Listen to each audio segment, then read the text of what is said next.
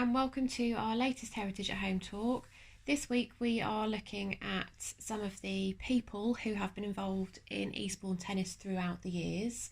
If you don't know anything about Tennis Week at Eastbourne, hopefully this talk will provide some sort of introduction to the tournaments as a whole, but particularly some of those people.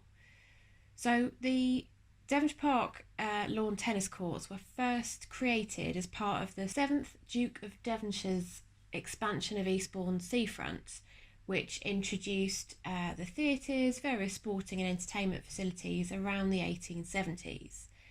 The tennis courts in Eastbourne have been hosting tennis since that time, but the first major championship was held in 1881. At that point, it became known as the South of England Championships, and these were originally held in September, which ended the grass court season. In the 1960s, the championship was moved to July as it clashed with another championship, and it became a post-Wimbledon tournament. Finally, in 1969, it was moved to become a sort of warm-up Wimbledon event, which it has remained ever since. Now, the reason we're looking at tennis this week is because today would have been the start of tennis in Eastbourne this year. Unfortunately, due to COVID-19, it has been cancelled. However, this isn't the first time that this tournament has had to be cancelled. In 1965, the men's tournament wasn't completed due to rain, and just slightly later in 1971 the weather was so bad that the men's tournament was completely cancelled. Play was also stopped during both the First and Second World Wars, and hopefully it won't be too much longer until we can see the return of tennis to Eastbourne again. This chap here, Edgar Lubbock, was actually the first winner of the South of England Championship at Devonshire Park in 1881. He won the 50 Guinea Cup. He, as you can probably guess from the picture there, was very well to do and later became the director of the Bank of England.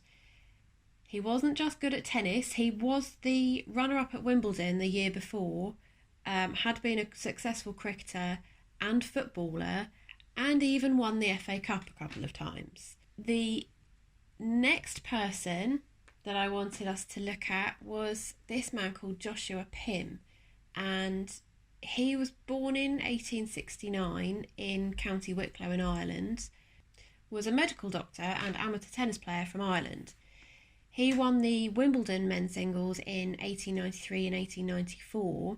The year before that, he had made it to the challenge round at Wimbledon whilst suffering from typhoid, but did lose that game to Wilfred badly. He did also win the doubles with his partner Frank Stoker, who happened to be Bram Stoker's cousin, in 1890 and 1893. In Eastbourne, he won the South of England Championships in 1897 against a man called Lawrence Doherty. He later retired from tennis in 1902. The next person was also playing in Eastbourne at the same sort of time as Joshua Pym, and her name was Charlotte Cooper. She was born in 1870 in Ealing and had won 5 singles titles at Wimbledon and became an Olympic champion in 1900. By winning the Paris Olympics in 1900, she became the first female Olympic tennis champion, as well as the first individual female Olympic champion. She broke loads of records. She was the oldest Wimbledon ladies champion, and her record of 8 consecutive singles finals stood until 1990, when Martina Navratilova reached her 9th consecutive final. She'd also won 7 mixed doubles titles, and in 1913 reached the final of the first Wimbledon women's doubles event with another woman called Dorothea Douglas. That was 18 years after winning her first Wimbledon title. She'd reached the finals at Eastbourne in 1894, 97, 98, 99, 1900, 1901, 1904, 1907, 1908 and 1909 and won 3 of those titles. She was one of the few female players at the time who served overhead. One of the players that she was playing was a woman called Blanche Bingley, and Blanche was one of the players who beat Charlotte at Wimbledon. She was born in 1863 and had won 6 Wimbledon championships and had been runner-up 7 times, as well as competing in the first Wimbledon championships for women in 1884. She had won the South of England championships in Eastbourne 11 times between 1885 and 1905. And on her death in 1946, newspapers wrote that she was one of the greatest lawn tennis players Britain had ever produced. Her husband, who was a man called Commander George Hilliard, played tennis for England and became known as the man who made Wimbledon. But it was Blanche who had made the papers for her unique tennis style in 1899.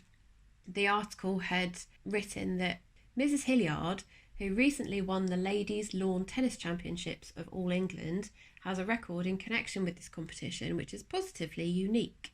She won her first championship as Miss Blanche Bingley no less than 13 years ago, but looks, and indeed is, as young and as active today as she was in 1886. Since 1885, when she was beaten by Miss Maud Watson, the first lady champion that ever was, she has won the championships in all 5 times, and on nearly every other occasion she has been second only to the winner. Mrs. Hilliard's play cannot be called graceful even by her most devoted admirers, but this defect is more than atoned for by her wonderful pluck and determination. If Mrs. Hilliard had been a man, she would have made a good general, for she never knows when she's beaten and is more dangerous than when apparently she is done for. Her peculiarities are that she never hits a ball on the volley if she possibly can avoid it, and that she invariably wears gloves, or rather gauntlets, while playing. So here we can see one of the matches between Blanche and Charlotte at Devonshire Park.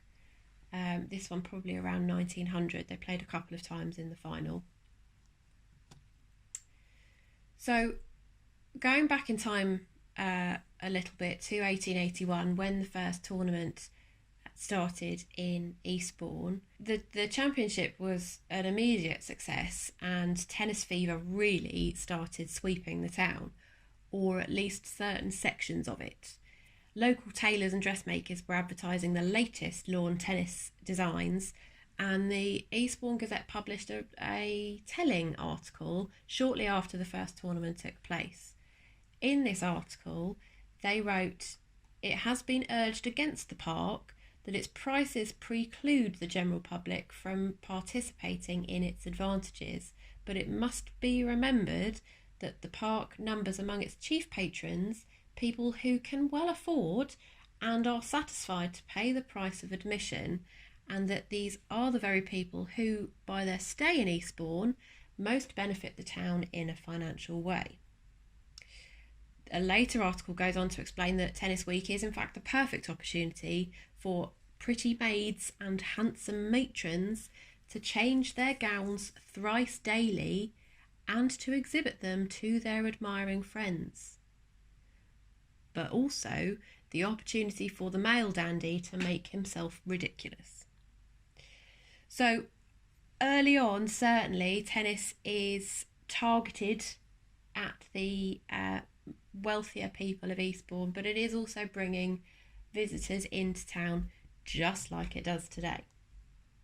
And by 1905, the competition had definitely become a highlight of the tennis circuit, as we can see from these illustrations of the typical person that you might see in Eastbourne tennis. just the year after this, there were more than 62 competitors for the men's and women's singles and doubles. That year, Charlotte Cooper, who by that point was called Charlotte Cooper Sterry because she'd got married, won the doubles with Miss Morton. Some of the other people that I wanted us to look at during this talk includes Edgar Mockett. Now, he worked at Devonshire Park from 1894 to 1956, and he was the manager there from 1927. He, for quite a lot of the time, lived at 2 Carlisle Road, which was the Devonshire Park Baths manager's house from around 1904.